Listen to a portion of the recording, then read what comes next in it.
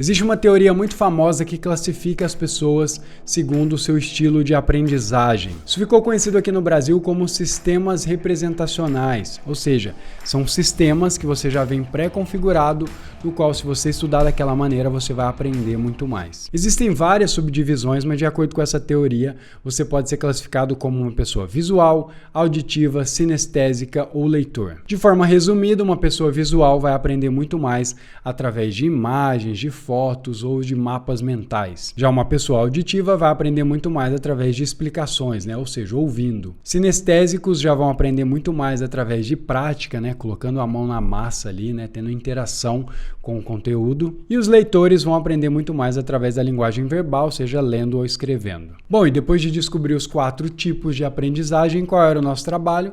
Descobrir qual que era o nosso, e tentar utilizar muito mais esse mecanismo para aprender os conteúdos de forma mais fácil. E aí, muito comum as pessoas se classificarem do tipo, eu sou uma pessoa mais visual, eu aprendo mais através da prática visual. Não, eu sou um leitor, eu aprendo muito mais através da leitura, por exemplo. E uma vez que você se classifica dessa maneira, todos os estudos que estiverem alinhados com isso, você vai conseguir aprender de forma mais fácil. E agora, talvez você deva estar pensando em parar o vídeo e procurar uma dessas pesquisas. Existem vários testes na internet para descobrir o seu sistema representacional, testes que você faz para avaliar qual desses perfis é você. Mas a verdade é que antes de fazer um teste desse, que aliás são testes bastante esquisitos, se você parar para ver as perguntas, eu separei alguns testes aqui para olhar antes de gravar o vídeo e eu estava assim, cara, como assim? Não faz sentido. Algumas respostas não fazem sentido. Durante uma discussão, eu sou mais influenciado por o tom de voz da outra pessoa,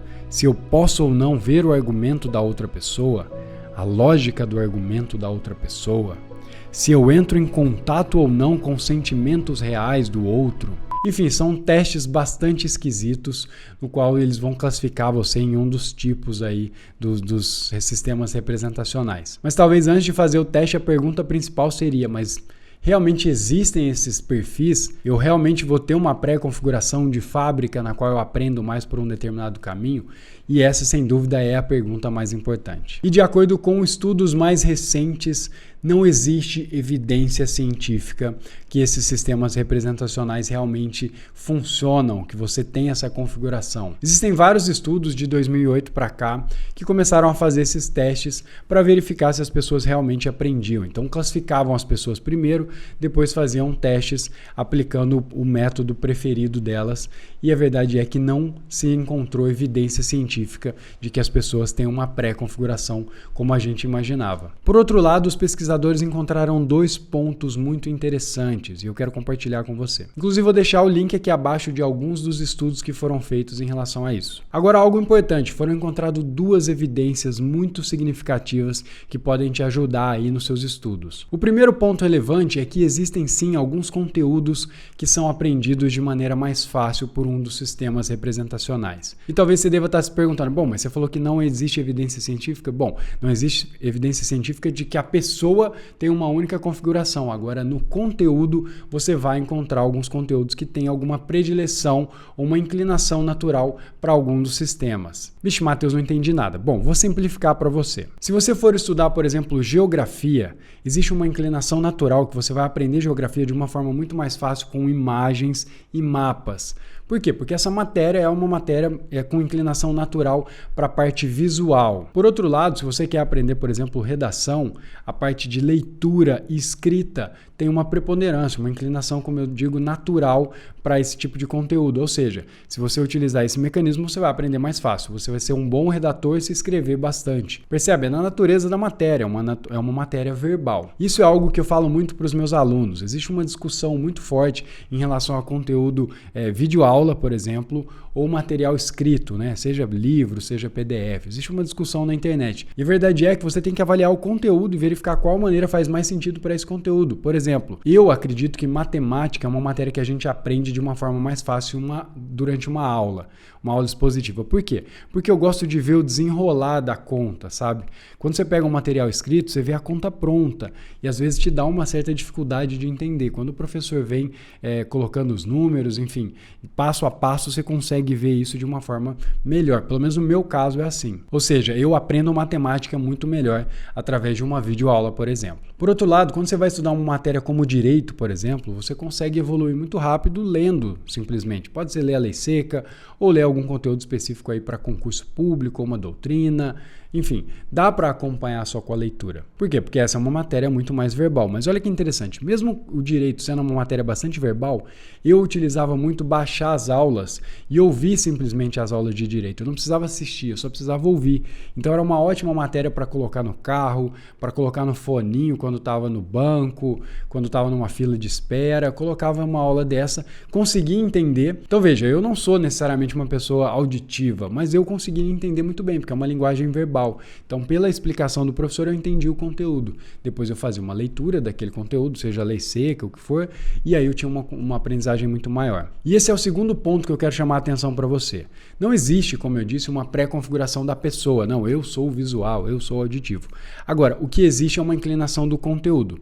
Mas apesar disso, se você combinar os mecanismos, né, de aprendizagem, você tem uma ferramenta muito mais poderosa. Ou seja, você pode utilizar aspectos visuais, auditivos, ler o conteúdo, e essa combinação vai trazer um aspecto muito mais poderoso para o seu estudo. Então, por exemplo, quando você estava na escola, no seu ensino médio, você tinha aquela aula de ciências e tal, e tinha um dia que era no laboratório, e aí você fazia algum experimento. Mesmo que você não seja uma pessoa sinestésica, porque aliás não existe essa configuração, né, segundo a evidência científica, mesmo que você seja uma pessoa que gosta mais de fazer, que aprende fazendo, mesmo que você não seja, você vai aprender mais. Por quê? Porque é uma combinação. Você já viu o conteúdo na aula e agora você está fazendo um experimento ali junto com o professor. Agora tem um outro ponto que talvez seja o mais importante desse vídeo.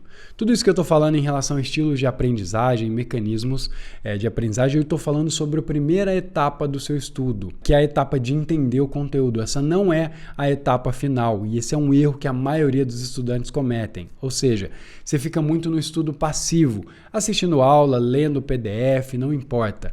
E você precisa de fases de estudo ativo, porque isso vai garantir que você internalize o conteúdo. Lembra? Essa etapa de entender o conteúdo você pode utilizar dos mais variados tipos. Agora, a fase de aprender de fato o conteúdo são dois mecanismos principais, que é a recuperação ativa e a repetição espaçada. E são essas duas ferramentas que vão garantir que você realmente vai memorizar o conteúdo e internalizar. Inclusive eu tenho um vídeo bem completo sobre isso, vou deixar aqui no card um vídeo sobre esses dois mecanismos. Se você estuda para concurso público, para vestibular, não importa, você precisa assistir essa aula e o link está aqui na descrição para você. Então, em resumo, para você entender, você não é uma pessoa visual, auditiva ou cinestésica, seja lá o que for.